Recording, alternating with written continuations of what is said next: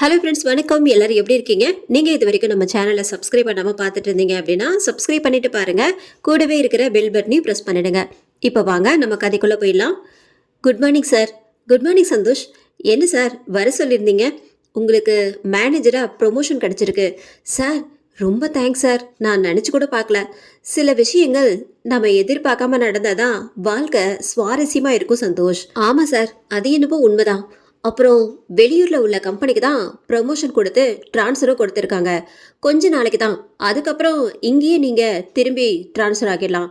அதனால் என்ன sir, it's okay. அங்கே ஒரு வீடு வாடகைக்கு எடுத்துக்கோங்க. கம்பெனி பே பண்ணிடும். நான் நினைக்கிறேன் 6 மாதம் அங்கே இருக்க வேண்டியது வரும்னு நினைக்கிறேன். ஓகே சார், கண்டிப்பாக. ஸோ நீங்கள் நாளைக்கே கிளம்புங்க. ஓகே சார், நான் கிளம்புறேன். All the best Santhosh. மாலை நேரம் வீட்டிற்கு கிளம்பி சில நிமிடங்களில் வீட்டை அடைந்தான். அம்மா, அப்பா, தங்கச்சி, கீதா எல்லோரும் வந்தனர்.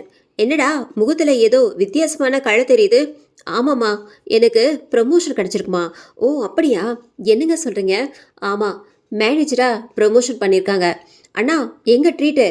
அது இல்லாம நீயும் அண்ணியும் விடவா போறீங்க? பொண்ணுங்க, அவ தூங்குறாங்க. அப்பா எங்க போனாரு?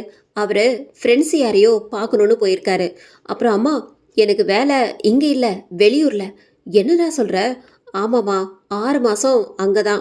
எப்படி தான் இருக்க போகிறேன்னு தெரியல.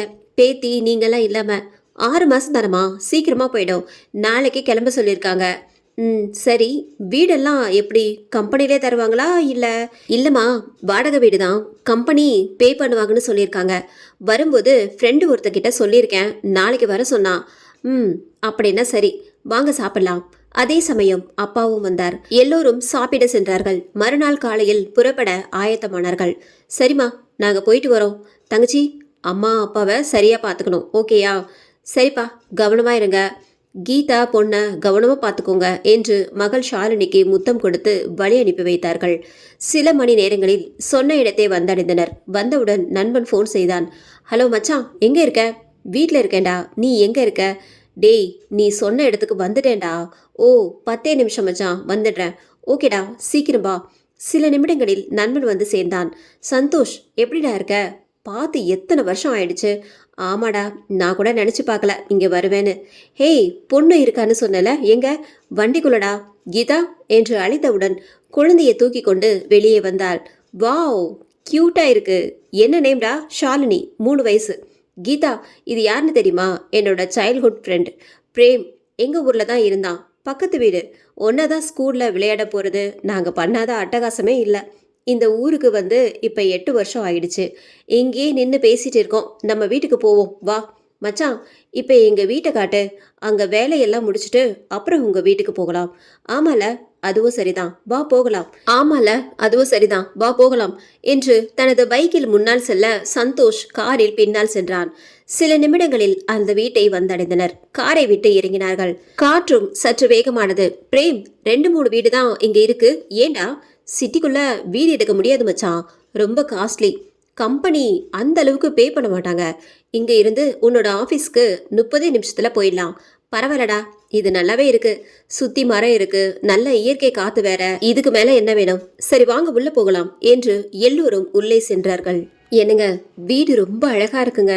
ஆமா, அழகா இருக்குல்ல? சந்தோஷ், பின்னாடி போய் பாரு, செம்ம தோட்டம் ஒன்று இருக்கு. கொஞ்ச நாள் யாருமே இல்லை, அதனால கொஞ்சம் குப்பையா இருக்கும். எல்லோரும் போய் பார்த்தார்கள். நல்லாவே இருக்குடா. எல்லோரும் வீட்டை சுத்தம் செய்துவிட்டு சிறிது நேரம் அமர்ந்தார்கள். சந்தோஷ் வெளியே சென்று பார்த்தான். பிரேம், என்ன மச்சி, முன்னாடி வீடு பூட்டி கிடக்கு, யாருமே இல்லையா? இல்லடா, யாருமே இங்கே இல்லை. சரி, உங்க வீட்டுக்கு கிளம்பலாமா? உங்க அப்பா, அம்மா, அக்கா எல்லாரையும் பார்த்து ரொம்ப நாளாச்சுல்ல. சரி கிளம்பலாம். அங்கே சென்று எல்லோரிடமும் பேசிவிட்டு இரவு நேரம் நெருங்கியது. எல்லோரிடமும் சொல்லிவிட்டு வீட்டிற்கு கிளம்ப தயாரானார்கள். காரில் சென்று கொண்டிருக்கும் போது, ஏங்க, ஏதாவது ஹோட்டல்ல சாப்பாடு வாங்கிட்டு போகலாம். இப்போ போய் சமைக்க முடியாது, ரொம்ப டயர்டா இருக்கு. அதுக்கு என்ன, வாங்கிடலாம். ஹோட்டல் ஒன்றின் அருகே நிறுத்திவிட்டு சாப்பாடு வாங்கி கொண்டு சென்றார்கள். என்ன ஷாலினி, வந்ததுல இருந்து அமைதியாவே இருக்கா? என்னாச்சு? புது இடம், எல்லாரையும் விட்டுட்டு வந்ததுல இருந்து அவ அப்படிதான் இருக்கா. வீட்டை வந்தடைந்தனர். சாப்பிட்டு விட்டு டிவி பார்க்க ஆரம்பித்தார்கள். அப்பா, டோரா போடுங்கப்பா. பாரா, இப்பதான் பொண்ணு வாயே திறந்திருக்கு. ஷாலினி அம்மா அப்பாவோடு பேசி விளையாடி கொண்டிருந்தாள். ஷாலினியின் சத்தம் வெளியே கேட்க அவர்களின் வீட்டின் முன்னால் உள்ள வீட்டிற்குள் மெதுவாக காற்று வீச ஜன்னல் திறந்து மெதுவாக அடிக்க ஆரம்பித்தது. திடீரென இவர்களின் வீட்டு ஜன்னல் காற்றில் அடிக்க ஆரம்பித்தன. மழை வரப்போகுதோ தெரியல, ஜன்னலை மூடிவிடுங்க. கீதா எல்லா ஜன்னல்களையும் மூடினாள். மின்னலும் வெட்ட ஆரம்பித்தது. ஆமாங்க, மழைதான் வரப்போகுது போல. அப்படியே குழந்தையோடு விளையாடி கொண்டே சோஃபாவில் மூவரும் உறங்கிவிட்டார்கள். இரவு 12:30 ஆகிக் கொண்டிருந்தது. திடீரென யாரோ கதவை தட்டும் சத்தம் கேட்டது. அவர்களுக்கு எதுவுமே தெரியவில்லை. ஆழ்ந்த உறக்கத்தில் இருந்தார்கள். மீண்டும் கதவை வேகமாக தட்டும் சத்தம் கேட்க ஆரம்பித்தது. திடீரென கீதா விழித்தாள். ஏதும் சத்தம் கேட்டுச்சே. அட, டிவியை ஆஃப் பண்ணாமே தூங்கியிருக்கோமே. டிவியை ஆஃப் செய்துவிட்டு, ஏங்க ஏங்க ஏந்திரிங்க. என்னம்மா, இங்க பாருங்க, சோஃபாவிலே தூங்கிட்டோம். வாங்க ரூமுக்கு போகலாம். பொண்ணு தூக்கிட்டு வாங்க. சந்தோஷ் குழந்தையை தூக்கி கொண்டு அறைக்கு சென்றான். கீதா சோஃபாவை சரி செய்துவிட்டு உள்ளே சென்றாள்.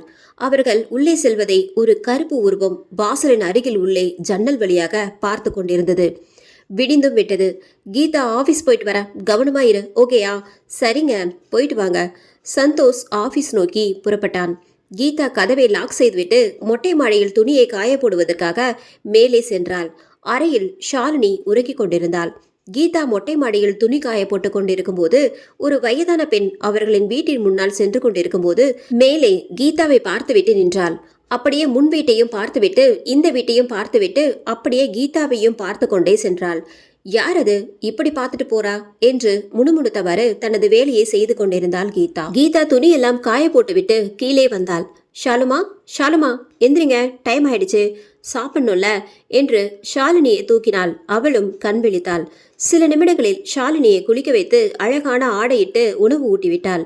ஷாலுமா, உட்கார்ந்து டிவி பாருங்க, அம்மா சமையல் வேலை பார்க்குறேன், ஓகேயா? சரிம்மா என்று ஷாலினி டிவி பார்த்து கொண்டிருந்தாள். திடீரென யாரோ கதவை தட்டும் சத்தம் கேட்டது. யார் வந்திருக்கா என்று கதவை திறந்தாள் கீதா. ஒரு பெண் நின்று கொண்டிருந்தாள். யார் மணி? அம்மா, நான் தாயத்து கயிறு மந்திரிச்ச கயிறு விற்கிறவ, ஏதாவது வாங்கிக்கோமா? இல்லைங்க, வேணாம், நாங்கள் அதெல்லாம் கட்டுறதில்ல. ஏமா, ஒன்றாவது வாங்கிக்கோமா, குழந்தைக்காவது கட்டிவிடுமா என்று கெஞ்சினாள். சரி, 2 எடுத்து வைங்க, பணத்தை எடுத்துட்டு வரேன் என்று உள்ளே சென்றாள். வந்து பார்த்தபோது அந்த பெண்ணை காணவில்லை. எங்க போனா இவ என்று அங்கும் இங்கும் பார்த்துவிட்டு உள்ளே சென்றாள். அவள் எடுத்து வைத்த 2 தாயத்தும் முன் வீட்டு வாசலில் சாம்பலாகி கிடந்தது.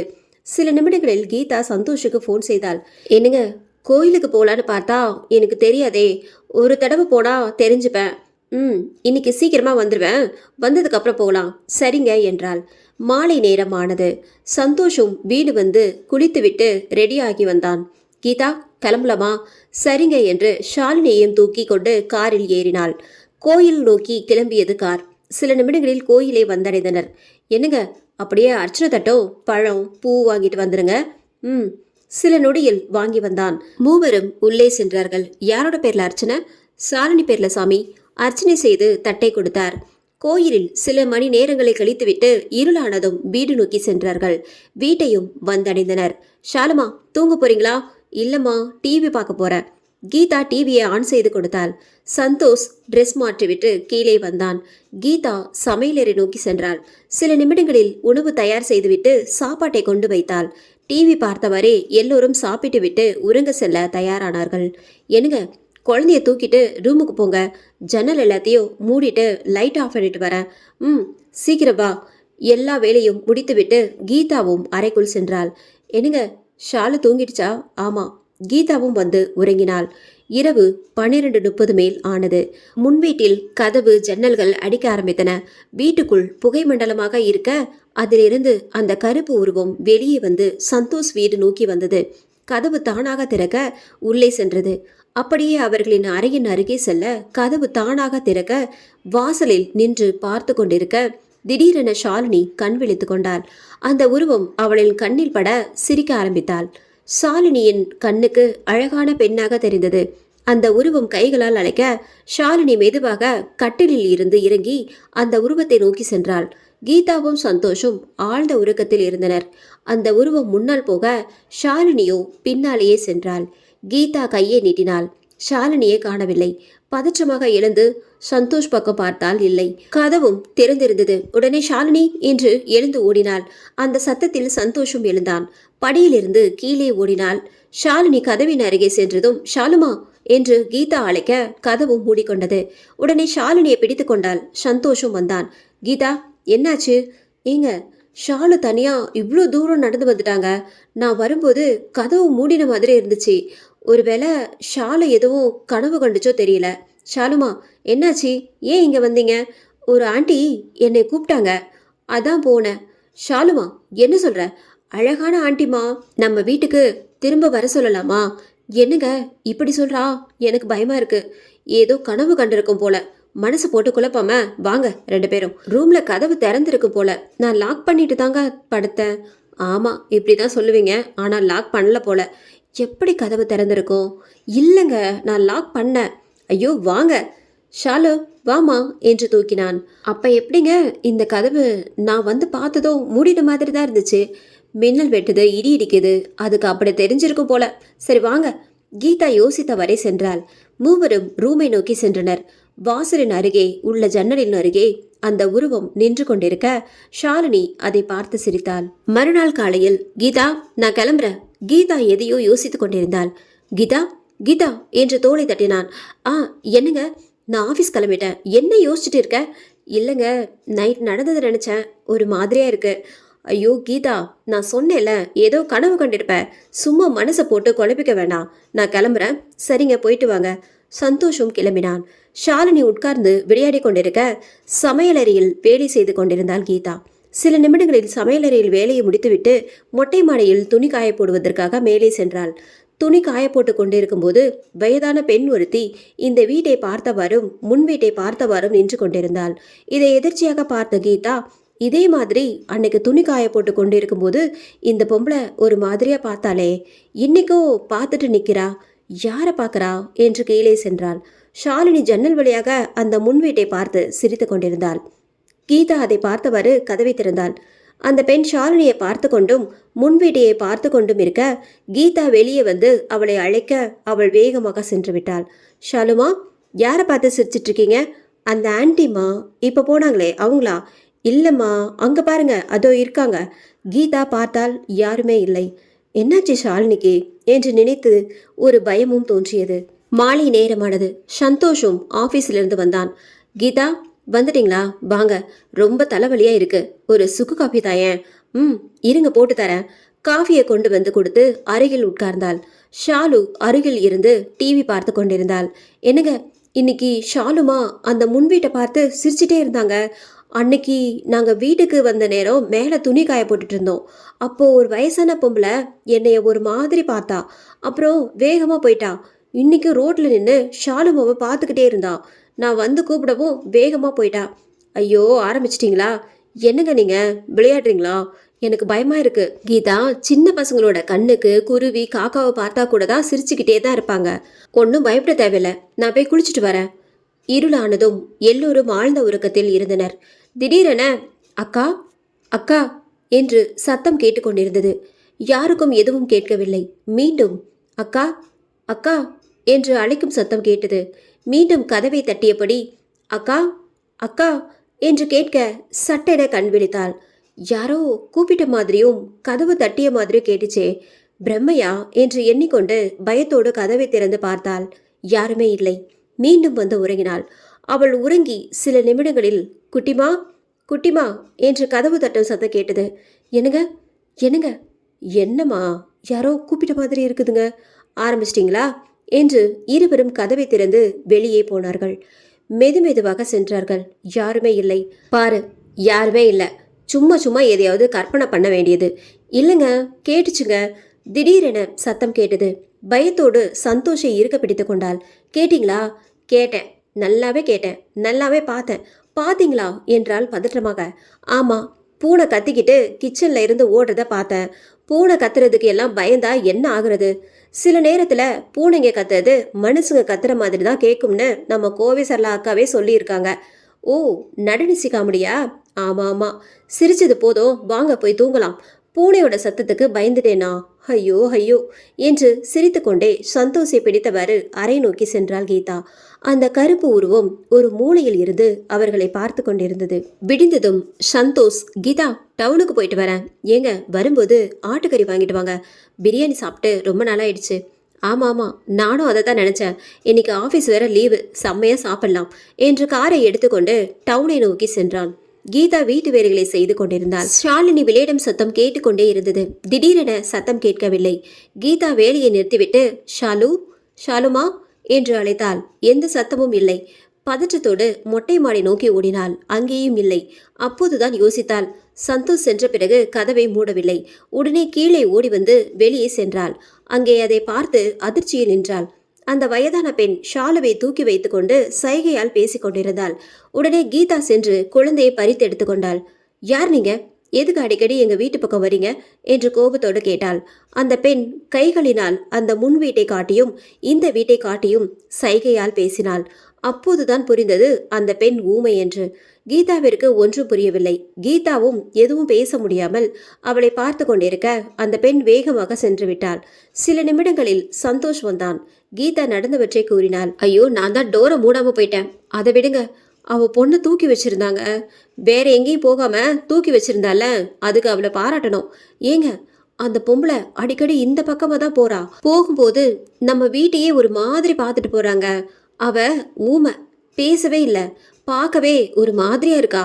கீதா, யாரோ மனநல பாதிக்கப்பட்டவங்களா இருக்கும். எல்லாத்துக்கும் பயப்பட வேண்டாம், ஓகேவா?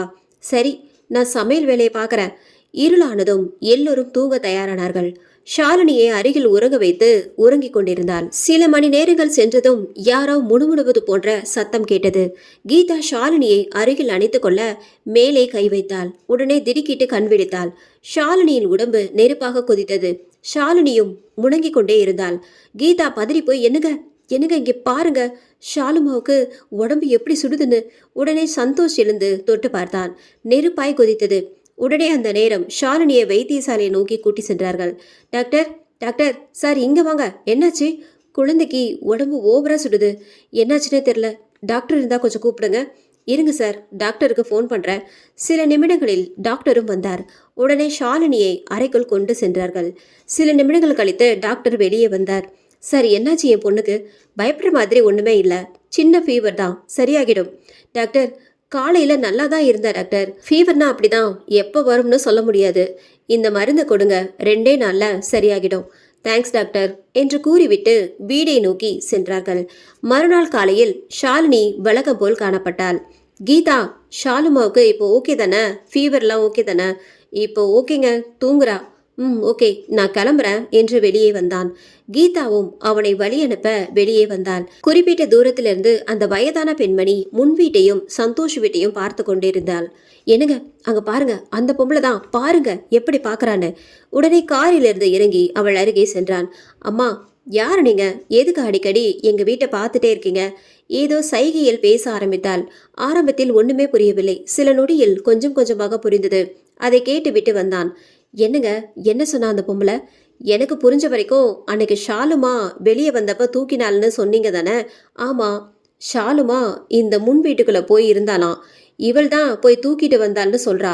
எனக்கு புரிஞ்சுது, அவ்வளோதான். சின்ன பொண்ணு, அவளுக்கு என்ன தெரியும்? நம்மளோட தவறு தான் கதவை மூடாம வச்சது. அந்த பொம்பளை இங்கதான் எங்கேயோ இருக்கா போல. அதுதான் அடிக்கடி இந்த பக்கம் பாக்குறா போல. அப்படின்னா எதுக்குங்க நம்ம வீட்டையே அடிக்கடி பார்க்கணும்? கீதா, இதுக்கு முன்னாடி இந்த வீட்டில் யாருமே இல்லை, நாம புதுசா வந்திருக்கோம். ஸோ அதுவா கூட இருக்கலாம். ஏற்கனவே சொன்னேன் தானே, அவள் மனநலம் பாதிக்கப்பட்டவனு. யோசிக்காம உள்ள போ, நான் கிளம்புறேன் என்று சந்தோஷ் கிளம்பினான்.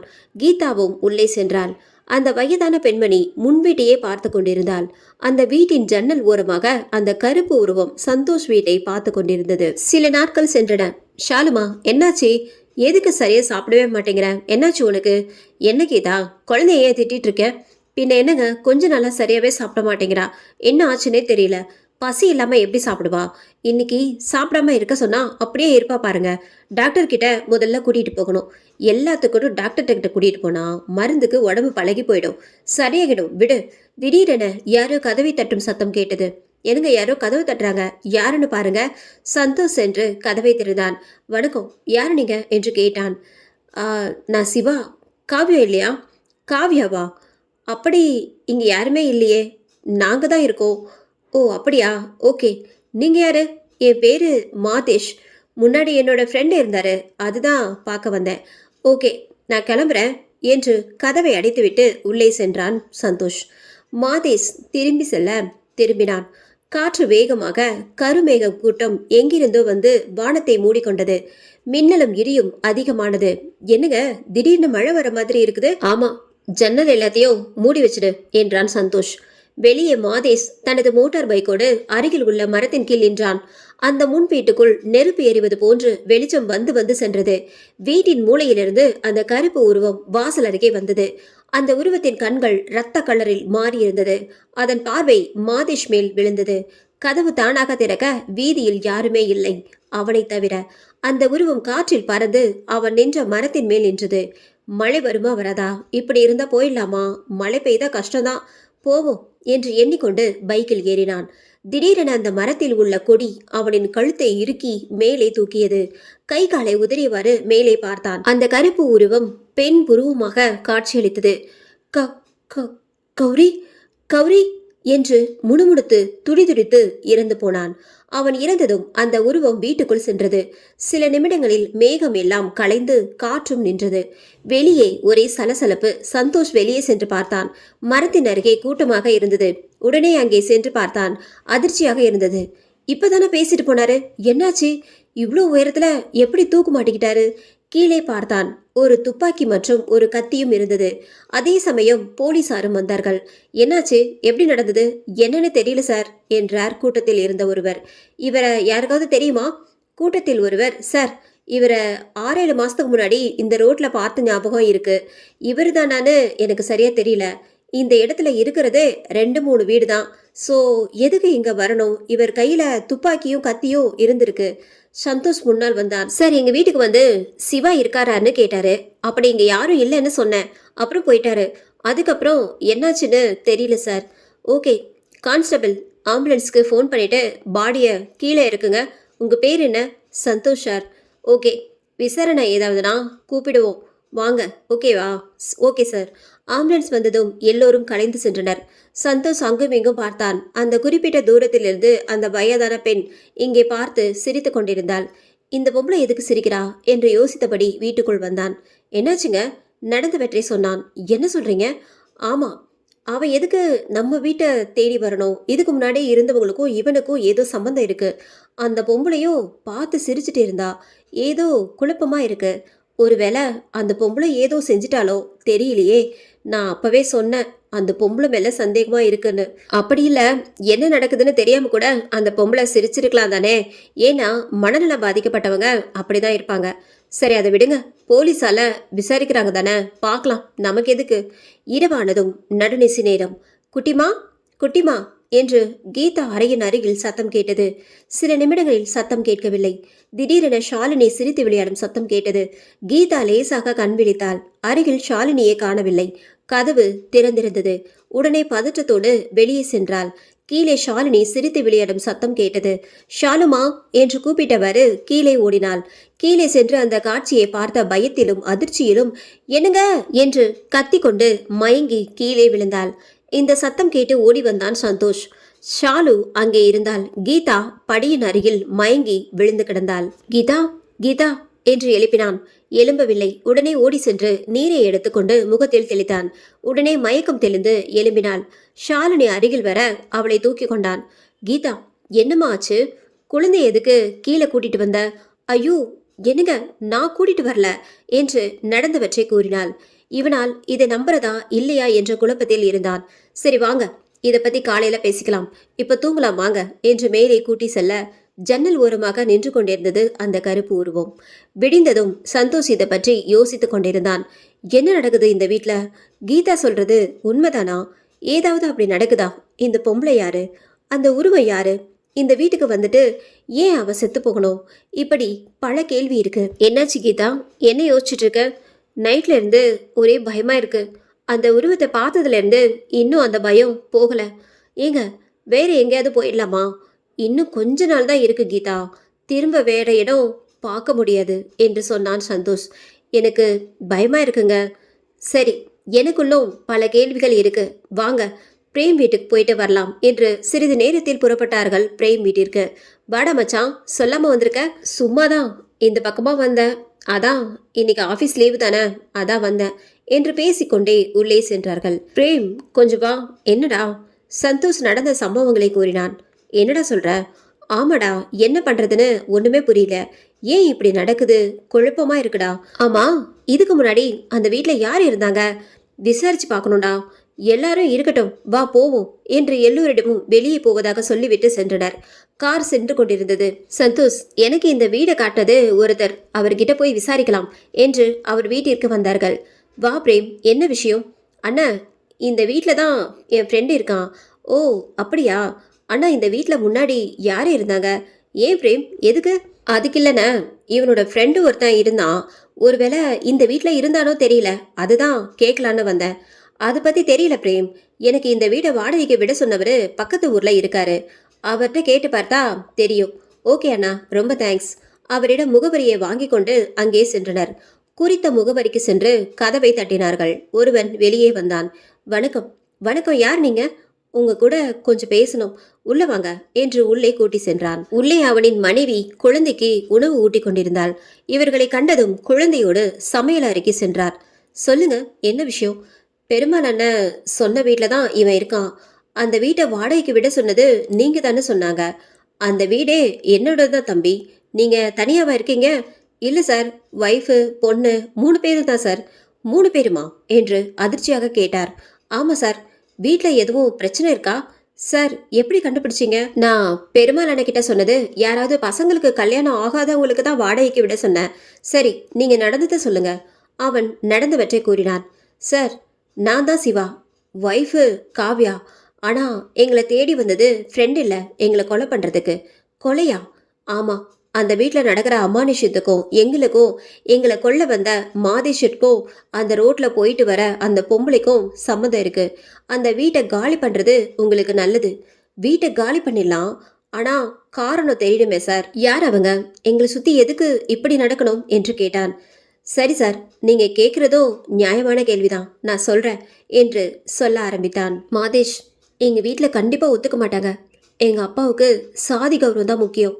கௌரி, நான் நாளைக்கு எங்கள் அம்மா அப்பாவோடு வந்து பேசி பார்க்குறேன், எல்லாம் சரியாகும். என்னவோடா, எனக்கு ரொம்ப பயமாக இருக்கு. பயப்படாத, பார்த்துக்கலாம்.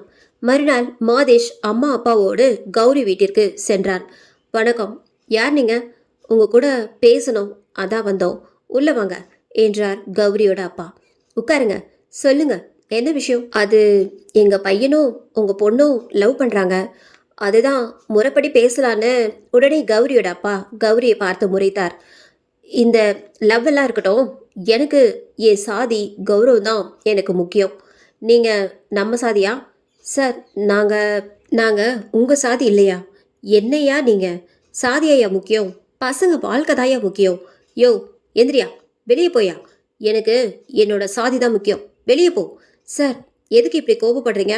கௌரியை உயிருக்கு உயிரா லவ் பண்ணுறேன் சார் என்றான் மாதேஷ். கழுத்தை பிடிச்சி வெளியே தள்ள முன்னாடியே வெளியே போயிடுங்க. யோ, எத்தனை நாளைக்கு இந்த சாதி வெறி பிடிச்சு இருக்க போறேன்னு பார்க்கலாம் வாடா என்று சொல்லிவிட்டு சென்றார் மாதேஷ் அப்பா. உடனே கௌரியின் அப்பா அவளை திட்டி அடித்தார். அம்மாவும் சேர்ந்து அவளை அடித்தார். கௌரி அழுது மூலையில் உட்கார்ந்திருந்தாள். மாதேஷ் வீட்டில், அப்பா, கௌரியை மறந்து என்னால் வாழ முடியாதுப்பா. டேய், என்னடா மானமே போயிருச்சு, மறுபடியும் அவளை நினச்சிட்டு இருந்தா நானே வெட்டிடுவேன் உன்னை. மாதேஷ் அவளுக்கு மெசேஜ் செய்தான். கடற்கரையில் சந்தித்தார்கள். மாதேஷ், எங்கள் வீட்டில் ஒத்துக்க மாட்டாங்க. ஆமாம், எங்கள் வீட்லேயும் ஒத்துக்க மாட்டாங்க. மாதேஷ், 2 பேரும் ஊரை விட்டு போயிடலாம். கண்டிப்பா. அன்றிரவு இருவரும் வீட்டிலிருந்து வெளியூருக்கு சென்று விட்டார்கள். காலையில் ஒரு கோயில் ஒன்றில் கல்யாணம் செய்துவிட்டு வீடு ஒன்று பார்ப்பதற்காக கோயிலில் சில பேரிடம் கேட்டனர். அதே நேரம் சிவா, காவ்யா கோயிலில் நின்றார்கள். யாருக்கு அர்ச்சனை பண்ண? எங்க பொண்ணு அகல்யாவோட பேர்ல சாமி. அர்ச்சனை முடிந்து வந்தார்கள். மாதேஷும் கௌரியும் அவர்களை கண்டு அருகில் வந்தார்கள். வணக்கம் சார். வணக்கம், சொல்லுங்க சார். நாங்கள் லவ் பண்ணதால எங்கள் வீட்டில் ஒத்துக்கலை, வீட்டை விட்டு வந்துட்டோம். இப்போ இந்த கோயிலில் தான் கல்யாணம் பண்ணிக்கிட்டோம். வாடகைக்கு வீடு ஏதாவது கிடைக்குமா சார்? ஓ அப்படியா, வாடகைக்கு வீடு. கௌரி, நம்ம வீட்டுக்கு முன்னாடி உள்ள வீடை வாடகைக்கு விட போகிறோன்னு சொன்னாங்கல்ல? ஆமாங்க, சும்மா தான் இருக்கு. சரி தம்பி, வாங்க அந்த வீட்டை பார்க்கலாம் என்று தனது காரில் ஏற்றி சென்றான் சிவா. சில நிமிடங்களில் வீட்டை வந்தடைந்தனர். அதே சமயம் வீட்டு ஓனரும் அங்கேயே நின்று கொண்டிருந்தார். அண்ணா வணக்கம், உங்களை தான் பார்க்கணுன்னு இருந்தேன். என்ன விஷயம் சிவா? அண்ணா, இவங்க லவ் பிரச்சனையால வீட்டை விட்டு வந்துட்டாங்களாம். இன்னைக்கு தான் கல்யாணம் பண்ணிக்கிட்டாங்க. வாடகைக்கு வீடு வேணும் கோயிலில் வச்சு கேட்டாங்க. அதுதான் இந்த வீட்டை வாடகைக்கு தானே கொடுக்க போறேன்னு சொன்னீங்க, அதான் கூட்டிட்டு வந்தேன். ம், கண்டிப்பாக கொடுத்துடலாம் என்று சாவியை கொடுத்தார். ரொம்ப நன்றி சார் என்று இருவருக்கும் நன்றி சொன்னான் மாதேஷ். அன்று வீட்டை சுத்தம் செய்து பால் பொங்க வைத்து சில பலகாரங்கள் செய்து சிவா வீட்டிற்கு கொடுத்தார்கள். வீடு பிடிச்சிருக்கா என்று கேட்டாள் காவ்யா. ரொம்ப பிடிச்சிருக்கக்கா. குட்டிமா குட்டிமா இங்கே வாங்க. அக்கா மறந்தே போயிட்டேன் அக்கா. பொண்ணோட நேம் என்ன? அகல்யா. குட்டிமான்னு கூப்பிடுறது கூட நல்லா தான் இருக்கு. காலையில் காரில் வரும்போது தூக்கம், அதுதான் நான் கேட்க மறந்துட்டேன். குட்டிமா ஆண்டிக்கிட்ட வாங்க என்று அவளோடு விளையாடி கொண்டிருந்தாள். சரி அக்கா, நான் போகிறேன். காலையில் வரேன். இரவானதும் டேய் என்னடா பக்கத்தில் வர? இனி பக்கத்தில் வரலாம் தானே? நீ என்னோட பொண்டாட்டியாச்சே. அட போடா, அடிச்சிடுவேன். அடி பார்க்கலாம் என்று கௌரியின் கையை பிடித்தான். வளையல் சத்தம் காதுகளில் மெல்லிசையாக அவள் கை தீண்டி மின்சார அலையை உணர்ந்தேன். அவள் இடையோடு கை கோர்த்து அவள் உதட்டினில் என் மௌன மொழியை உணர்ந்தேன். கன்னத்தோடு கண்ணம் முரச காதலின் ஊடல் வார்த்தைகள் மலர்ந்தன. கழுத்து வளையில் கவிதை படித்திட எனது மூச்சு காற்று அவளின் கழுத்தை தீண்டியது. இரு உடல்களின் காதலின் மௌனராகம் இந்த இரவின் பிடியில் சிக்கியது. அக்கா அக்கா என்று கதவை தட்டினாள் கௌரி. உள்ளவா கௌரி. அக்கா, அவருக்கு வேலை கிடைச்சிருக்கு, வேலைக்கு போயிட்டாரு. ஓ நல்லது, சந்தோஷமா இருக்கணும். ஓகேயா? சரி அக்கா. குட்டிமா இங்க வாங்க. குட்டிமா இனிமே தனியா விளையாட மாட்டா. ஏங்கா? அதுதான் நீ இருக்கே. ஆமாக்கா, நான் தனியா இருந்து என்ன பண்றது? இனி ஈவினிங் வரைக்கும் குட்டிமா கூட தான். கௌரி இன்னைக்கு சமைக்க வேணாம், நான் சமைக்கிறேன். இங்கேயே சாப்பிடலாம். மாதேஷ் வந்தா அப்புறமா சாப்பாட்டை எடுத்துட்டு போ. ஓகேவா? எதுக்கக்கா உங்களுக்கு வீண் சிரமம்? எது, நான் சமைக்கிற சோறுல கொஞ்சோண்டு அரிசி போடுறது எனக்கு சிரமமா? பேசாம இரு. கௌரி அகல்யாவோடு விளையாடி கொண்டிருந்தாள். பகல் நேரமானது. கௌரி சாப்பிடலாமா? சரி அக்கா. இருவரும் உணவை எடுத்து வைத்தார்கள். கௌரி குட்டிமாவை கொடுத்துட்டு நீ சாப்பிடு. எதுக்கக்கா? குட்டிமாக்கு நானே ஊட்டி விடுறேன். ம் சரி, சொன்னா கேட்கவோ போற? என்னமோ பண்ணு. கௌரியும் சாப்பிட்டு கொண்டு அகல்யாவுக்கு சாப்பாடு ஊட்டினாள். சரி கௌரி, வீட்டை விட்டு வந்துட்டீங்க. அம்மா அப்பா உங்களை தேடலையா? எப்படி அக்கா தேடுவாங்க? எங்க அம்மா அப்பாவுக்கு சாதி கௌரவம் தான் முக்கியம். பெத்த பொண்ணோட வாழ்க்கை சந்தோஷம் முக்கியம் இல்லை. ஆனா நான் அவங்க மேல வச்சிருக்கிற பாசம் உண்மையானது. அப்ப மாதேஷ் வீட்டில் கூட ஒன்று சேர்த்துக்கலையா? இல்லக்கா, எங்கள் அப்பா அவரோட அப்பாவை அவமானப்படுத்தி அனுப்பினதுனால என்னோட மானம் போன வீட்டில் பொண்ணு தேவையில்லை, மறுபடியும் அந்த பொண்ணை விரும்புகிறேன் அப்படி இப்படின்னு சொன்னால் வெட்டி போடுவேன் அப்படி இப்படின்னு சொல்லியிருக்காரு. நாங்கள் வேற என்னதான் செய்யறதுக்கா, அதான் இந்த முடிவு எடுத்துட்டோம் என்று கண் கலங்கினாள். ஹே கௌரி, அதுதான் அக்கா நான் இருக்கேன், அண்ணன்னு என்னோட புருஷன் இருக்காரு, குட்டிமா இருக்கா. ஸோ கண் கலங்கக்கூடாது, சந்தோஷமா இருக்கணும். கண்ணை தொடச்சிக்கோ. சரி அக்கா. மாலை நேரம் ஆனது. சிவாவும் வீட்டுக்கு வந்தான். கௌரி நீயும் இங்கேதான் இருக்கியா? ஆமா அண்ணா. குட்டிமா நல்லா பழகிடுச்சு போல. ஆமாங்க, இப்ப கௌரி கூட தான் சாப்பிட்றது விளையாடுறது எல்லாமே. நல்லது தானே என்று சொல்லி சிவா குளிக்க சென்றான். சில நிமிடங்களில் மாதேஷும் வேலை முடிந்து வீட்டிற்கு வந்தான். கௌரி கௌரி எங்க போன? ஒருவேளை காவியாக்கா வீட்டுக்கு போயிட்டாலோ என்று அங்கே சென்றான். கௌரி வா மாதேஷ். கௌரி உள்ளதான் இருக்கா. பரவாயில்லக்கா, இப்பதான் வேலைக்கு போயிட்டு வந்தேன், குளிக்கணும். சரி ஓகே ஓகே. கௌரி மாதேஷ் வந்தாச்சு. குழந்தையோடு ஓடி வந்தாள் கௌரி. வந்துட்டீங்களா? வாங்க போவோம். அக்கா குட்டிமாவை கூட்டிட்டு போறேன்.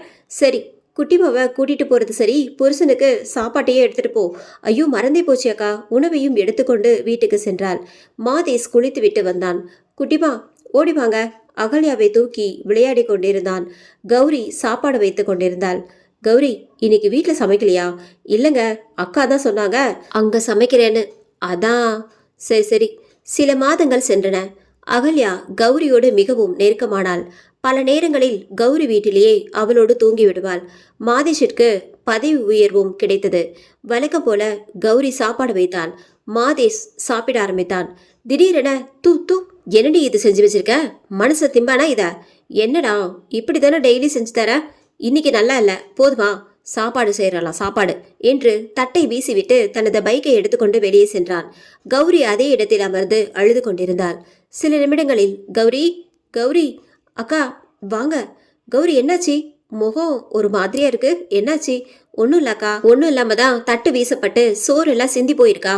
என்னாச்சு? நீ வீட்டுக்கு வரல, அதான் வந்தேன். குட்டிமா வேற தேடி அழுதுகிட்டே இருந்தா, அதான் தூக்கிட்டு வந்துட்டேன். என்னாச்சு சொல்லு. இல்லக்கா, டெய்லி சமைச்சு போடுறேன், குறையே சொல்ல மாட்டான். குறை இருந்தாலும் சாப்பிட்டு நல்லா இருக்குன்னு தான் சொல்லுவான். இன்னைக்கு நல்லா இல்லை, மனுஷன் சாப்பிடுவானா, அது இதுன்னு வீசிட்டு போயிட்டான். 2 நாளா அவனோட நடவடிக்கையே சரியில்லை. கௌரி, அப்படிதான். வேலை அதிகமாக இருக்கும், டென்ஷன் இருக்கும். யார்கிட்ட காட்டுவாங்க? ஒய்ஃப் கிட்ட தானே. அதை பற்றிலாம் எதுவும் யோசிக்காம வா, வீட்டுக்கு போகலாம், சரியாகிடும் என்று கூறி அழைத்து சென்றாள். இப்படியே சில நாட்கள் சென்றன. தினமும் ஏதாவது குறையை சொல்லி திட்டிவிட்டு சென்று விடுவான் மாதேஷ். கௌரி மிகவும் உடைந்து போனாள். குட்டிமா, வாங்க, அம்மா கிட்ட போயிட்டு வரலாம். வா கௌரி. இன்னும் குட்டிமா தூங்கலையா? இல்லக்கா, விளையாடிட்டு இருந்தா. மாதேஷ் எங்க? அக்கா, கொஞ்ச நாளா ஏதாவது ஒரு குறைய கண்டுபிடிச்சு திட்டிகிட்டே இருக்காக்கா. திட்டிட்டு போனா நைட்டுக்கு லேட் ஆகி வந்து பேசாம தூங்கிடுறான். ஒரே கவலையாவும் இருக்கு, ரொம்ப அழுகையா வருதுக்கா. என்னாச்சு மாதேஷுக்கு? நல்லா தானே இருந்தான். வரட்டும், நான் பேசுறேன். எதுக்கு? நானே பாத்துக்கிறேன்க்கா. கௌரி, நான் அவனுக்கு அக்கா, புரியுதா? என்னோட தங்கச்சியோட வாழ்க்கைய நான் பார்க்க கூடாதா? அழாத, பேசலாம், அவன் வரட்டும். அதே சமயம் சிவாவும் வீடு வந்தான். கௌரி, அதுக்குள்ள வந்துட்டீங்களா? அண்ணா, என்ன சொல்றீங்க? புரியல. நீயும் மாதேஷும் தானே பைக்ல போனீங்க? அண்ணா, நான் வீட்டிலே தான் இருக்கேன், எங்கேயுமே போகல. இப்போ வரும்போது தான் மாதேஷை பார்த்தேன், ஒரு பொண்ணு கூட போனானே. நான் நினைச்சேன் நீதான்னு. அண்ணா, ஒரு பொண்ணு கூடயா என்று அழ ஆரம்பித்தாள். விடு விடு, அவன் வரட்டும், நான் பேசிக்கிறேன் என்று சிவா அறைக்குள் சென்றான். அக்கா, இதுக்கு தான் என்னோட இப்படி நடக்கிறான் போல. நீ யோசிக்காத, வரட்டும், பேசிக்கலாம். அவன் வந்தா அப்புறம் இங்க கூட்டிட்டு வா. அக்காவும் அண்ணனும் பேசணும்னு சொன்னாங்கன்னு சொல்லு. சரிக்கா. மாலை நேரம் ஆனது. மாதேஷ் வீட்டிற்கு வந்தான். வந்து உட்கார்ந்து யோசித்து கொண்டிருந்தான். என்ன யோசிக்கிறீங்க? ஒரு குட்டி கதை சொல்றேன், கேளு. ஒரு பொண்ணு பையனும் லவ் பண்ணி அம்மா அப்பாவை விட்டு ஊரை விட்டு வந்துட்டாங்க. வந்து கல்யாணமும் பண்ணிக்கிட்டாங்க. பையனுக்கு வேலை இல்லை, ஸோ கஷ்டப்பட்டு ஒரு வேலையை தேடி சமாளிச்சிட்டு இருந்தான். ரொம்ப கஷ்டம்தான். ஆனா கடவுளா பார்த்து ஒரு ரிச்சான பொண்ணு ஒருத்திய எதிர்ச்சியா சந்திக்க வச்சான். அவனோட பேச ஆரம்பிக்க காலப்போக்கில் லவ் ஆகிடுச்சு.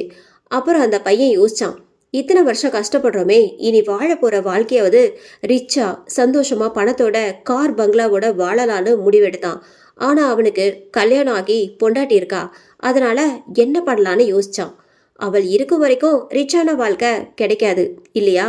அதனால அவளை விட்டுட்டு போயிடலான்னு முடிவெடுத்தான். ஆனா அவளை அப்படி விட்டாலும் எதிர்காலத்துல இவளால ஏதோ அவனுக்கு பிரச்சனை வந்துட்டா சொத்தும் போயிடும், ரிச்சான வாழ்க்கையும் போயிடும் இல்லையா? திரும்பவும் யோசிச்சான்.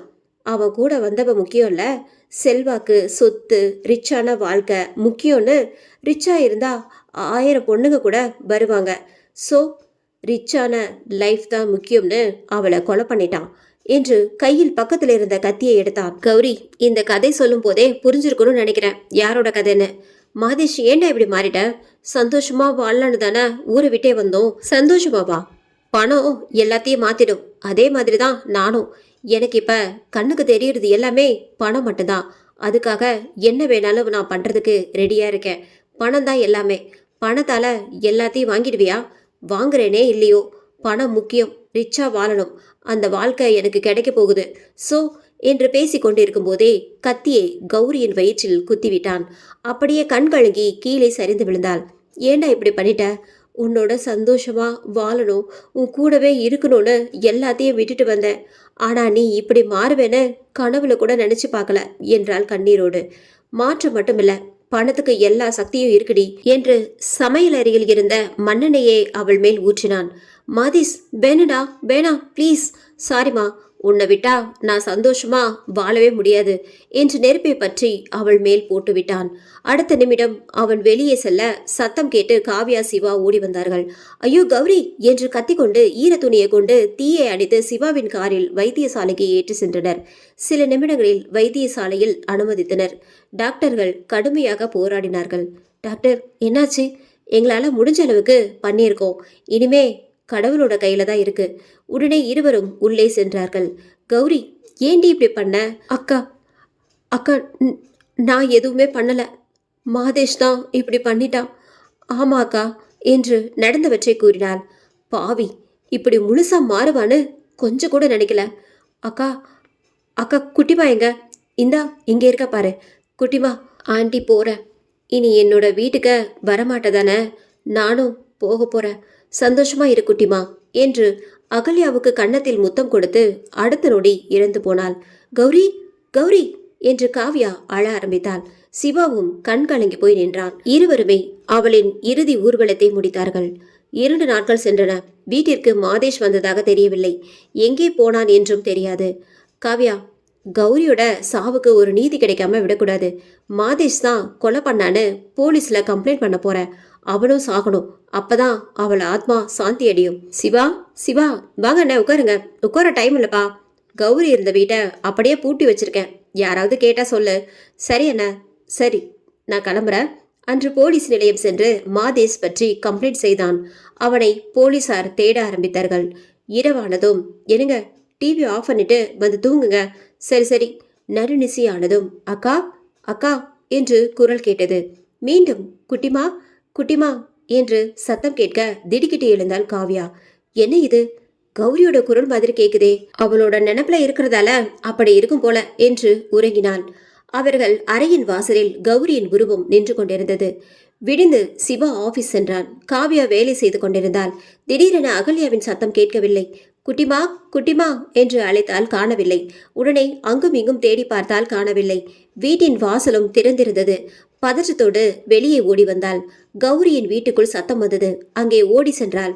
அப்போது வீட்டுக்குள் இருந்து அகல்யாவை தூக்கி கொண்டு ஒரு வயதான பெண்மணி வந்தாள். இந்தாம்மா குழந்தை. நீங்க யாரு? குழந்தை இப்படி எங்க வந்தா? அம்மா, நான் அதான் இருக்குல்ல, அந்த மூலையில தான் ஒரு சின்ன குடிசையில இருக்கேன். இங்க நடந்த சம்பவம் எனக்கு தெரியும். அன்னைக்கு ரோட்ல வரும்போது சத்தம் கேட்கவும் போய் பார்த்தேன். அந்த படுபாவி அந்த பொண்ணை கத்தியால குத்தி தீ வச்சுட்டான். நான் பயத்துல கத்திட்டேன். அவன் என்னை பார்க்கவும் நான் ஓடிட்டேன்.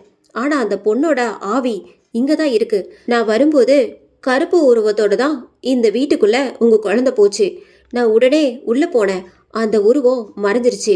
குழந்தையும் அந்த உருவத்தோட விளையாடிட்டு இருந்துச்சு. இந்த வீட்டை காலி பண்ணிட்டு போறது உங்களுக்கு நல்லதுமா? நான் போறேன் என்று சொல்லி சென்றாள். இதை கேட்டதும், இரவு கௌரி குரல் கேட்டதும் நினைவுக்கு வந்தது. யோசித்து கொண்டே நடந்தாள். திடீரென ஒரு கார் வந்து அந்த வயதான பெண்மணியை இடித்துவிட்டு வேகமாக சென்றது.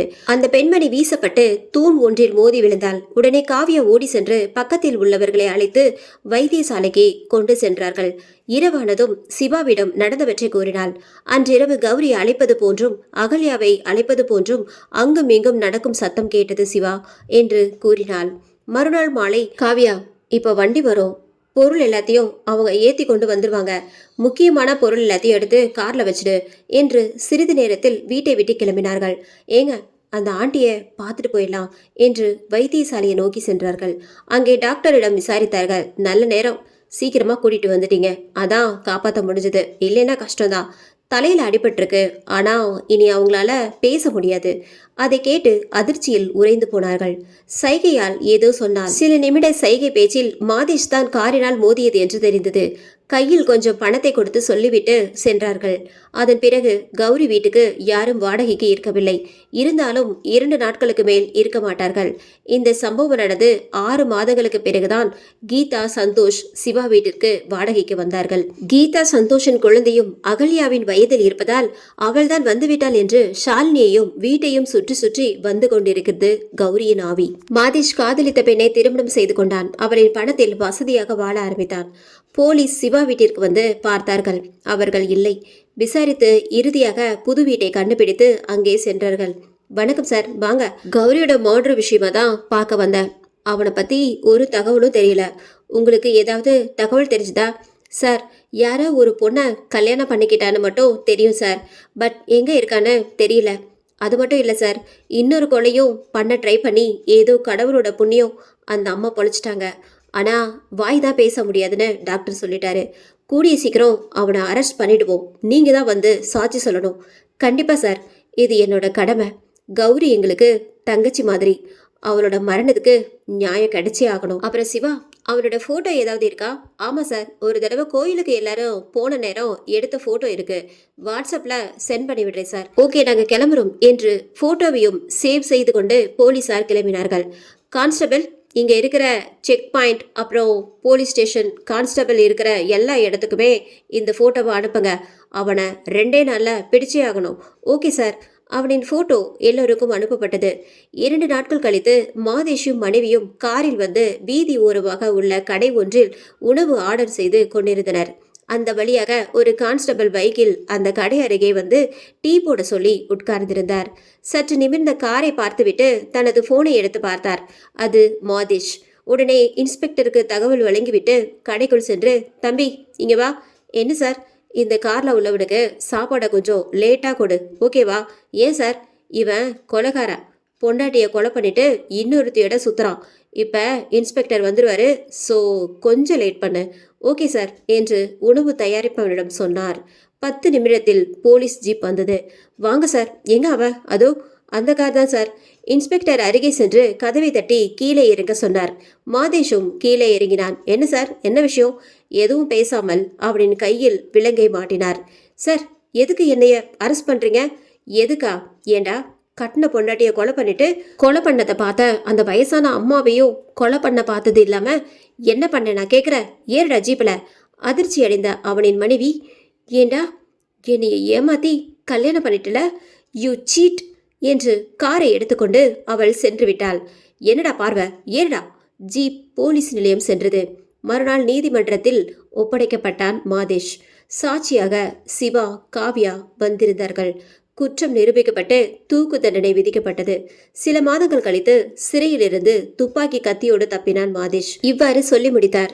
அவன் ஜெயிலிருந்து தப்பிச்சு நேரா எங்க வீட்டுக்கு தான் வந்திருக்கான். ஏன்னா எங்களை கொலை பண்றதுக்கு. ஆமா சார், அதுதான் நடந்திருக்கும். திடீரென சந்தோஷின் ஃபோன் வந்தது. ஓகே ஓகே சார், நான் வரேன். யாரடா ஃபோனில் என்று கேட்டான் பிரேம். போலீஸ் ஸ்டேஷனில் இருந்து தான் ஃபோன் வந்திருக்கு, வர சொல்கிறாரு இன்ஸ்பெக்டர். நானும் வரேன் சந்தோஷ். எதுக்கு உங்களுக்கு சிரமம்? இதில் என்ன சிரமம்? வாங்க என்று காவியிடம் சொல்லிவிட்டு மூவரும் போலீஸ் நிலையம் சென்றனர். சில நிமிடங்களில் வந்தடைந்தனர். வணக்கம் சார் என்றான் சந்தோஷ். உட்காருங்க. அறையிலிருந்து இன்ஸ்பெக்டர் ஒருவர் வெளியே வந்தார்.